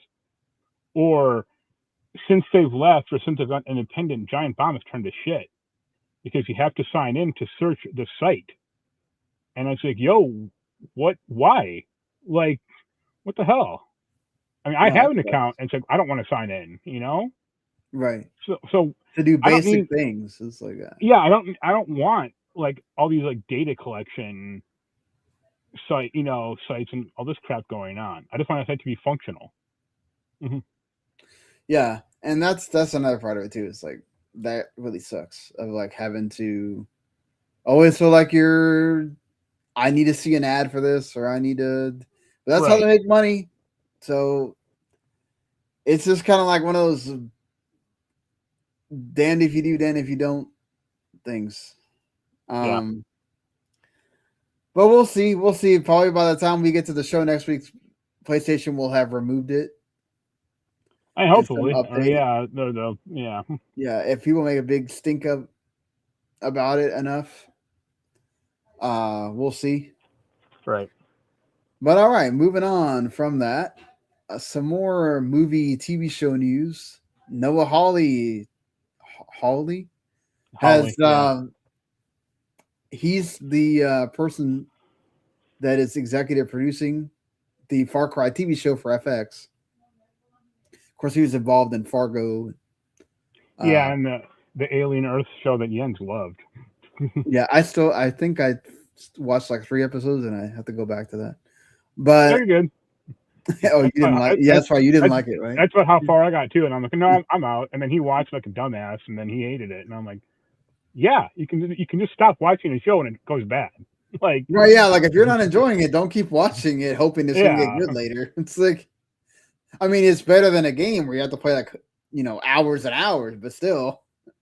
Well, at least the game, you probably bought the game, so that then you get invested. But like the show, it's like you didn't like put in $20 to watch Alien. Yeah, Earth. like unless you sub to the service just for that one series, right? Like somebody told you, "Oh my God, you got to watch this," and then you sub to Netflix or something, and you haven't subbed to it in a while, and it's to watch this one thing, and you go, oh, "This sucks." Right. It's like, yeah. Then I kind of get it. You say this as I just bought the Doctor Who Jodie Whittaker series, like complete series last week. That's different. Like to me, that's kind of like watching the last season of Game of Thrones, where it's like, God, I watched all the other seasons. I gotta watch this one, right? Where it's like, you did watch it already. You just bought it because you love Doctor Who and you want to have the complete thing. So that kind of makes sense, like right. But he says that. Talking to Deadline, he likes the fact that Far Cry, each game is its own separate story, kind of like the way he did Fargo. So because of that reason, he says that they are not going to adapt any one Far Cry game. He's going to have a larger conversation about strengths and weaknesses of adapting video games, and that they're kind of going to do their own thing, but also sort of take Far Cry elements, obviously, maybe have like the hints and teases kind of thing. I think this is both a good and a bad thing. The bad thing is like, I think Far Cry 3 is like the one that people actually cared about the story. Yeah, they love Voss. Ross, sorry, I'm saying that. And like that guy's real, so you just hire the actor and have him do it. I mean, he did it for like commercials and shit, so why not? Right. But like the flip side is like Far Cry, aside from 3 and like maybe 4, the storylines are all bad or like non-memorable at all. So, like, do you remember did you ever play Far Cry 1? And then B, if you did, do you remember? I did play Far Cry 1. I don't remember the story at all. Right. All I remember about like Far Cry 2 was he had malaria, and that was about it. Yeah. So like. No, yeah, it's very much like Assassin's Creed, where it's like people forget about 1 and they just start with 2, and it's like Far Cry. It's like you just start with 3 and then move on. Right. I mean, at least at least Assassin's Creed, like they are connected by the overarching story. Yeah, so that does kind of help. But like Far Cry, yeah, they're not built on they're not like narratively connected or anything. So yeah, do what you want. Have Rob Mack or McElhenney, blow up, people in Africa or Idaho, where the fuck is going to be doing it? Philadelphia, probably. Yeah. I mean, I think it'll be good, but yeah, we'll see. I don't know if it'll be good, but it'll be damn sure better than the Far Cry movie that German dude put out a few years ago. Oh yeah, I forgot about that. Yeah. Oh, what's his name? Oh, I can't remember. Uwe Boll, that's it. Oh Lord, well, anything compared to Uwe Boll's, goodness. Right. Awful. Yeah, that Far Cry movie came out, so it's like yeesh. Well, there's also a Battlefield movie that's being pitched to people right now, and Michael B. Jordan is involved as a producer. We don't know if he's going to star in the movie or not. Sony and somebody else is like up for the bidding. There's also supposedly Sony and Universal up for the bidding on a Metroid movie, which we've talked about being a good idea depending on who's the director. Yeah. EA is going to help produce this film, but again, it's the Call of Duty movie. Okay, what are you going to do with this? I think Call of Duty has like a hair more story because it has at least like a few people know Soap and British dude. I forget the guy's name. Yeah. But like Battlefield's a blank slate, so just do whatever the fuck you want, really. Right. Exactly. It'll be just a hair over. It'll be the Black Hawk Down sequel that we've always wanted. Very true. But I don't know. Metroid might be okay. Did you see like the insane Nintendo thing? They're making like 6 new movies or something. Yeah, there's like a movie for every. Well, we already knew there was a Donkey Kong movie, right? And now there's the presumed Metroid movie. We know the Legend of Zelda movie. Star Fox movie. There is officially a Star Fox movie now. Oh, well, wow. They're like putting it out there, or getting it going. Well, we know there's going to be Mario 3. Right. I want to know my idea for. I have 2 ideas for Mario 3, or Mario 3 and then Mario 4. Mario 3 should be Odyssey. You get a talking hat and you can just makes sense. Mario 4, when they get to that should be Mario RPG, and that'd be cool. That would be awesome if they get to that point. Because then you could have Bowser be a good guy again, but then you could have like the Smitty gang, and have like whole new bad guys, and like the Axum Rangers and shit like that. It'd be awesome. Yeah, man. And you could get like Mallow and Gino. Yeah, man. Exactly. I was about to say, you got to have Mallow and Gino in there. That'd be awesome. Yeah. Let's have it happen, folks. Let's make it happen. The problem with that is I actually think Square would have some conversations about that, or they'd have to be involved, because I think they go on. I don't think they're gonna say no to that. It's not like Disney with Sora, like that. It's just them and Nintendo. Like I don't think they're gonna say no. Yeah, they just gotta pay Square off. They're like, oh, you're getting 5% of this movie. Here you go. Yeah, here you go. If we get to that point, I'll be happy. I guess they really are gonna do the Smash Brothers thing if they're really gonna do all these movies. I don't. Let's see if Mario Galaxy makes it to $1 billion, because it's getting close, but it's going to go into video rental next week. So Where's the Earthbound movie? We'll get one of those before Mother 3 shows up. yeah, I mean, if we ever get to Earthbound, we've really gotten to the point where all these Nintendo movies are doing amazing. Right. Speaking of doing amazing, video game hardware sure did in March 2026. It went up 69% year over year. They were totaled 500 million, up from 297 million a year ago. Of course, that helps a lot when you have a new Switch 2, which sold in both units and sold in dollars, and then PlayStation 5 was right under it. And also, PlayStation 5 sold a rise of 3% year over year, which is great for the PS5. The Nintendo Switch 2 is also still outpacing the Switch 1 by 12% higher than the Switch in its first 10 months on the market. And it's still the second fastest selling hardware platform in U.S. tracked history. That goes all the way back to 1995. And 2026 video game hardware sales are up 38% compared to last year. But of course, again, it's helped a lot by the fact that you have the Switch 2, which is new. Right. And then the best-selling games of March, MLB The Show 26, Randy's favorite game, or one of his favorite games every year. Number one, because of course it's multi-platform, that helps a lot. And it sells really well. There's not doesn't include digital sales data on Xbox or Nintendo, but still, after all that, number one. Resident Evil 2 drops to number 2. WWE 2K26 at number 3. Marathon at 4. Pokemon Pocopia without digital sales is number 5. And Call of Duty Black Ops 6 dropped all the way to 6. Monster Hunter Stories 3 debuting at 7, which is cool. Then you got NBA 2K26, Minecraft, EA Sports FC 26, Grand Theft Auto 5 at 11. God, that game just does not stop selling. Right.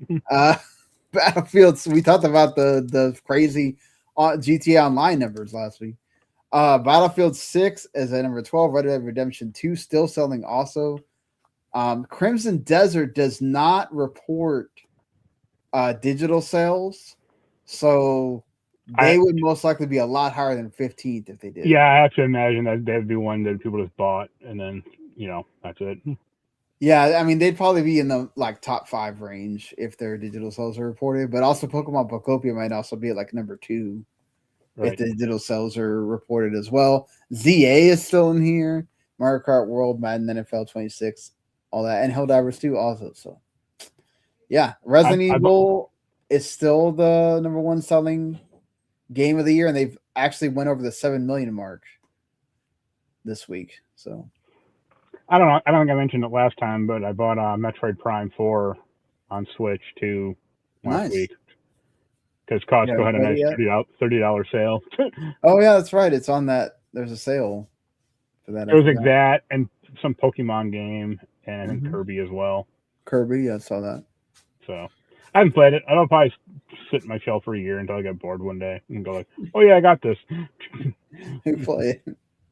Sega has launched Sega Universe to focus on older games, using the tagline "No old, stay gold."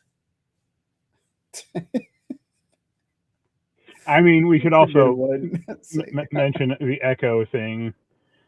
Echo the Dolphin is included in this. Also, they're doing Echo the Dolphin Complete, which includes the first 2 games and then a new one. Yeah. So I'm actually really pissed about this. Why? I don't care about, because there's been 4 Echo games, right? Or actually 5. I think there's 2 Echo Junior games. I don't think anyone gets to give a shit about those. But there was an Echo the Dolphin game for the Dreamcast that was actually really cool, and that's the one I played. That one and actually got pretty far into it because that's one that was you could figure it out, and it wasn't insanely difficult, and that should be included also. But you're right, it should. It's not. The problem is it's not going to be some 8 megabyte file. If that's included, it'll be a gigabyte or whatever. But yeah, Defender of the Future was a cool game. Yeah, that kind of sucks that you're not including everything. But We've seen this before where they don't include the Dreamcast games, so I don't know what. Yeah, because like they have to like work on a Dreamcast emulator, or they don't want to do that, or license one out, and they don't want to pay for it. Probably both of those things. You're right. Yeah. So they said that they're going to work on titles that have anniversaries coming up in 2026. They didn't reveal which ones, but we do know that there's already Streets of Rage, Shinobi, Eternal Champions, Outrun that all have like animated shows or TV shows, and we have that Golden Axe show as well. We know there are some games that are getting new games or remakes, but they did mention Outrun, Streets of Rage, Nights into Dreams, Guardian Heroes, Soccer Wars. So, and we know how Jens loves Soccer Wars. So cool things. Man, there was rumors of they're going to do a Project X Zone 3. If they do, I'm so there. And not one mention of Kid Chameleon anywhere. Does that surprise you at all? Yes, because that was actually a cool game. I'd much rather have Kid Chameleon HD than some Nights into Dreams bullshit. Maybe they'll surprise you. You never know. I should have mentioned this when we talked about Ubisoft earlier, but they also had more bad news that they canceled their Animal Crossing inspired game after 3 years in development called Alterra. It was used like it had NPC characters called Madeleines that kind of look like Funko Pop characters. It had different biomes, stuff. It was very much like I said, inspired by Animal Crossing. Ubisoft's gone on a spree of canceling games. Somehow Beyond Good and Evil 2 is still around, but right. I guess the project this won't die. I'm just surprised with the fact of like how big survival craft games are right now, or games kind of like Animal Crossing are right now, that you would cancel this. I guess they feel like they would have to put too much money into it for it to actually get to the point where it was, in a state where you could put it out. So right, they canceled it. Also, like one more thing, Atari has acquired Implicit Conversion, which they worked on through Digital Entertainment with the Mortal Kombat Legacy Collection that just came out not too long ago. But they've acquired them to be able to do more retro games, bring more retro games to modern consoles.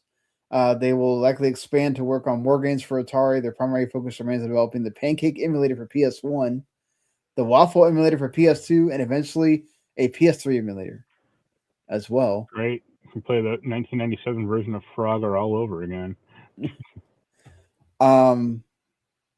They want to be able to use that proprietary syrup engine and combine it with other tools to deliver greater capabilities, not only first-party Atari properties, but also partner games.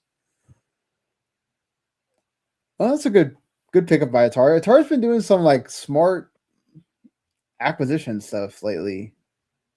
So they're keeping themselves afloat, which is good. Right. So.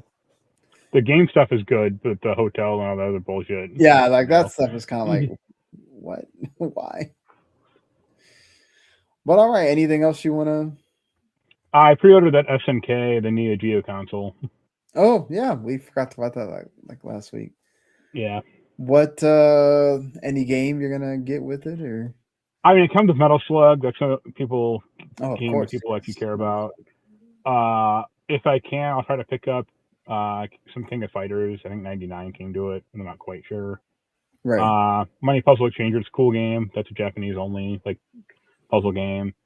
And I would pick up what the hell is the name of it? Oh, the disc game. Discworld? Damn it. It's gonna annoy me. Windjammers. Windjammers, okay. But like the price of the cartridge is like $900. I'm like, fuck that. Like, no way. Because this thing actually just plays like Neo Geo AES game or cartridges, which is cool. Yeah. I'm glad it's not just some like mini console or just some bootsy ass thing. but I guess you Yeah, can that's actually, cool. yeah. And the price it's like $350 for like the anniversary edition, which is like not a bad price actually, Yeah, it's considering not that a bad price. Neo Geo hardware is like crazy expensive. So I don't know if I'll keep the. I didn't get charged for the pre-order yet.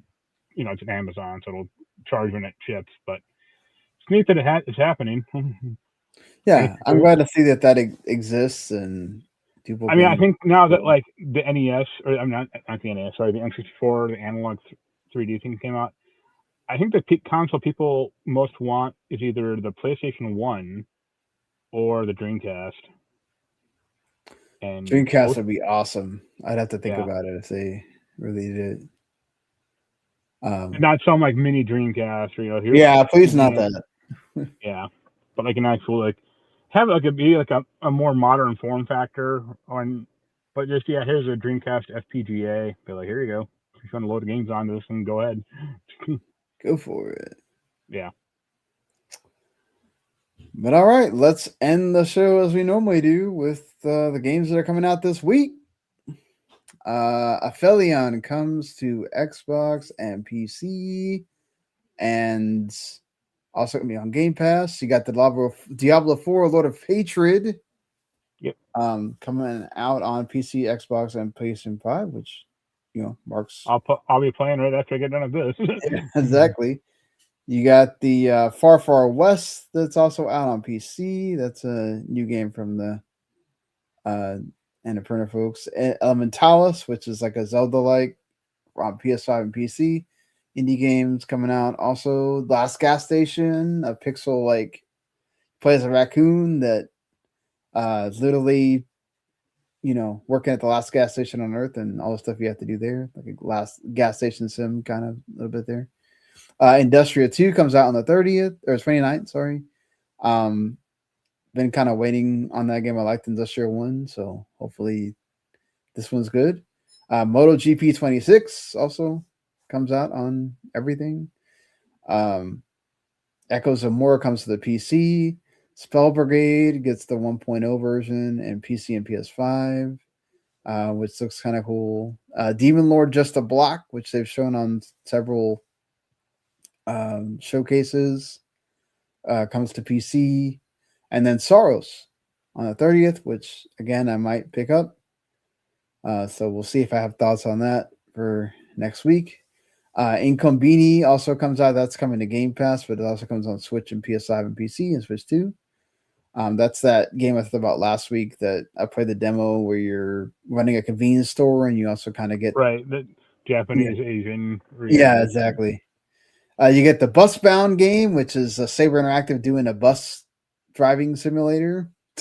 It's just cool. And its own new Heroes of Might and Magic game, the Olden Era, also comes to early access on PC. That's also on Game Pass.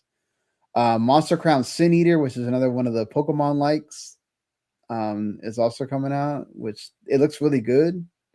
So I might keep my eye on that. Sure. And Forbidden Solitaire. Yep. Also coming out that you will have thoughts on. I think it's the 30th, but yep. Yeah, 30th. I'm sorry. I was talking about the 30th already. I apologize. I lose track of the dates sometimes. Right. Soul Quest, which I'm reviewing, comes out on the 1st for PC, which is kind of like it's a platformer, action platformer basically, but it's got a little bit of like being torturous to it, where they try to make it hard for the platforming or some of the actual like action stuff. They kind of squeeze you in and you have to dodge and avoid objects and things like that. So there's a little bit of the Soul Quest. It probably has a little bit of the souls in it, without the soul stuff, I guess you would say. Yeah, that's kind of it for. And Constance is also going to come to Series X and PlayStation 5, which is a really cool like Metroidvania, which came out to PC and Switch last year. So looking forward to that to people that haven't played it yet. And then next week is going to be another big week for indie games. So if you thought the what was it? The week of the middle of April was big. This next week is ridiculous. So, Right. but all right, we will talk about that next week and whatever else happens next week. So until then, see you later, everybody. Later. Peace.